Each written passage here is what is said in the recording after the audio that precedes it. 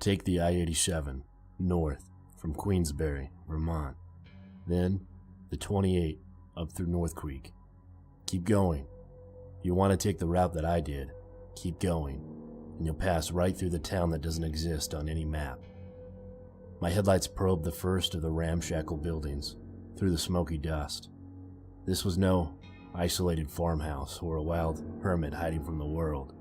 A real town, with shy street signs peeking out from tangled vines and ivy. Looming apartment buildings that might have been abandoned for years, and ramshackle houses that looked as though they were grown from the earth, rather than built from it. The place was materializing around me, appearing so suddenly I couldn't imagine how I'd been blind to it a moment before. I slowed to a stop as an old man crawled his way across the street. He was huddled against the cold, pausing to leer through my windshield and breathe a frosty fog in my direction. I was growing impatient and was about to honk when he staggered up to the car, clattering his knuckles upon my window. "Why are you here?" Perhaps it was just his frail voice breaking in the cold wind, but it seemed as though the stain of panic lay just below the surface. A depressed man, wrought by anxious doubt, screaming at himself in the mirror before pulling a tight smile for the rest of the world to see. That's what I was looking out outside my window. "I don't even know where here is," I answered him. "Is there a hotel where I can get a room for the night?" "No hotels." The old man was turning in a slow circle. I followed his gaze, noticing a number of faces, framed by faded curtains, watching us from the surrounding buildings. "A motel then? I'm not picky." "No motels, no inns, no beds, no breakfast. Nobody stays here." More eyes, more faces watching us. Old men standing on the street corner, not bothering to disguise their gaping stares. Doors opened to reveal ancient women who might as well have been direct descendants of prunes. Wrinkled hands wringing together, bleary eyes straining through their spectacles. Not a soul younger than 60, and all staring with the horrified fascination of one witnessing a brutal car accident. My nerves were fireworks, exploding with the undefined tension in the air. I nodded curtly and began to roll up the window when an old hand shot through the opening, grabbing me by my collar. "Take me with you. Don't leave me here. Please," he begged, real tears swelling up from the sunken wells of his eyes. I shoved him back on instinct. The window slid shut, but he wasted no time in clutching the door handle and rattling it with all his might. I would have thought it was dementia if it weren't for the heavy silence of all those eyes. "Please, you don't know what it's like. Don't go. Don't go. Don't go." And on, uselessly pounding his weak flesh upon the metal door, crumpling the ground beside my car and wailing like an insolent child. I shifted into drive and put my foot on the gas, but suddenly, a sharp whistle gave me a pause. A policeman had appeared beside me, cropped gray hair and piercing black eyes like a man who remembers the worst of war, with warm nostalgia. He roughly pulled the pleading man away from my car before rapping a quick, authoritative burst of knocks on my window. I rolled down the glass once more, keeping an eye on the discarded man who trembled with silent, heavy sobs. "Was this man giving you trouble?" the policeman asked. I rapidly shook my head. "I was just asking for directions. That's all," I said. "Just stay on the road. It'll take you right through the town and you'll be on your way," the policeman said. "Actually, I was looking for a place to—" "This road is the one you want," he repeated. "There's nothing else for you here. Understand?"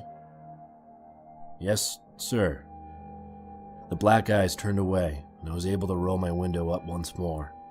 The rest of the eyes, those peeking from the buildings or glaring from the streets, they remained fixed on the scene.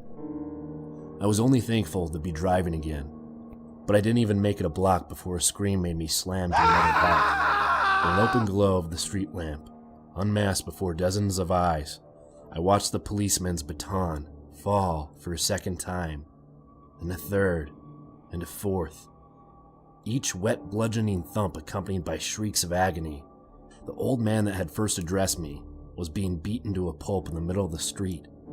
The zealous baton alternated with quick, vicious kicks from the policeman's steel-toed boots. It wasn't the screams that haunted me, though. It was the cold, impassive silence from the policeman. No warning, no threat, not even sadistic satisfaction. It was just another day for him, another duty. Those black eyes turned away from the writhing form of the ground. A second later, all the eyes from the entire town seemed to be on me. I stomped the pedal, tearing through the stop sign, not fast enough to avoid hearing another gut-wrenching scream echo from behind me. I couldn't just leave, though. It was my fault what happened. I should have let him in my car immediately, but there was nothing left but to hope I wasn't too late. I circled around the block, and by the time I got back, the eyes had all turned away. Curtains were drawn tight again. Doors were closed. The old man was the only one left, still moaning and whimpering in the street where he'd been left. I stopped the car and wasted no time in leaping out. His decrepit frame was so emaciated that I had no trouble lifting him into the back seat. He was still alive, barely, although there was a scratching rattle in his chest when he breathed, and it looked like a few of his ribs had caved in. One of his eyes fluttered open for a moment. "Please," he had spit blood between words. "Don't stop. No matter what you see, don't stop until the last house is gone." I had no intention of staying any longer than I had to. The first curtains were just flitting open again, but I was already back on the road. I braced myself against the impending sounds of sirens and the inevitable chase that never came. I didn't see a single other car on the road as I glided through the eerie twilight. The only sign of life was the regular beat of windows. At each block, a new set would snap open with mechanical precision. Old heads like cuckoo birds sprang out in unison. Next to the windows from the previous block would slam shut, continuing the steady rhythm like an incessant pounding of drums. The rhythm didn't change, block after block, but gradually the faces peering out did. The further I went, the older the inhabitants became, shrinking and decaying in loose folds of yellow skin. Then this too gave way, until presently I found myself being watched by faces so ravaged by time that I could clearly see bleached bones and hollow sockets turning as I sped along the road. Even the buildings were in various stages of collapse and ruin, almost as though I was driving through an inexorable span of years. The houses were just beginning to thin and give way to the wholesome shelter of trees when I glanced behind at my passenger. The shock forced me to slam my foot on the brakes, barely avoiding swerving off the road entirely. The gradual decay of the town was mirrored by my companion. Sagging flesh had dripped from his frame entirely, and the solemn skull behind me was so preposterously balanced on the heap of splintered and broken bones, ancient wounds that have never healed. "Don't stop. Not yet." Words like trickling dust escaped the skull.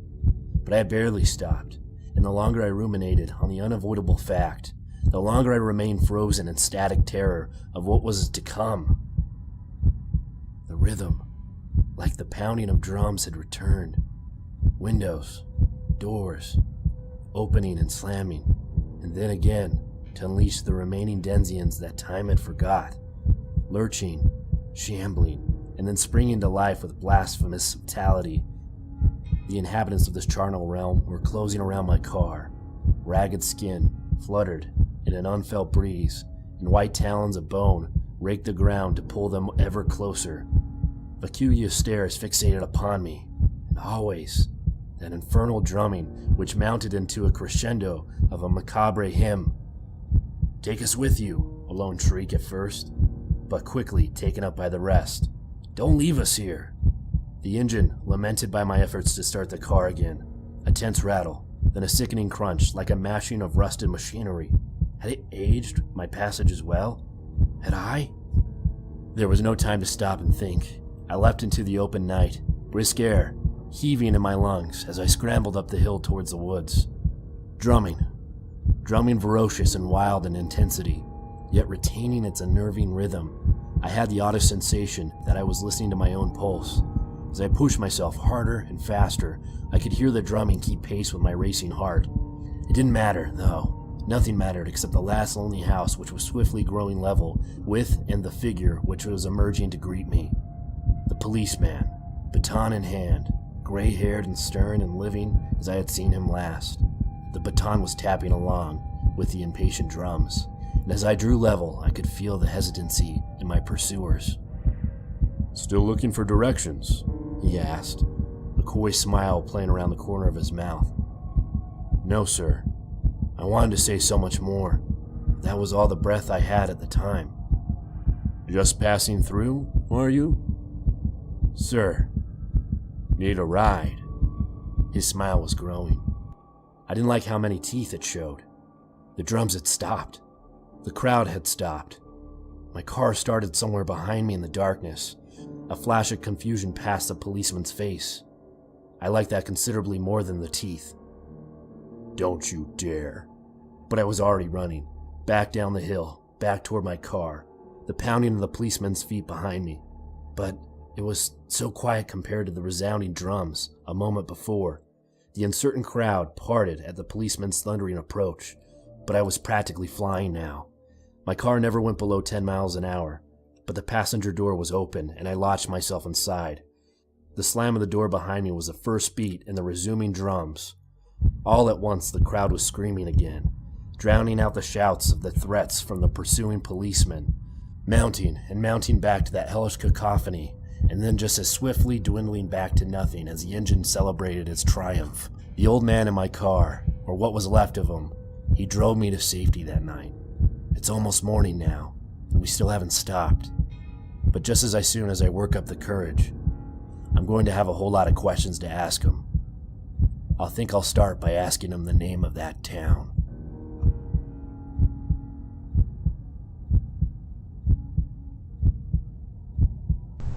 Hey, Mr. Evil Deeds here. If you liked what you heard, as always, like, share, and subscribe. Thank you.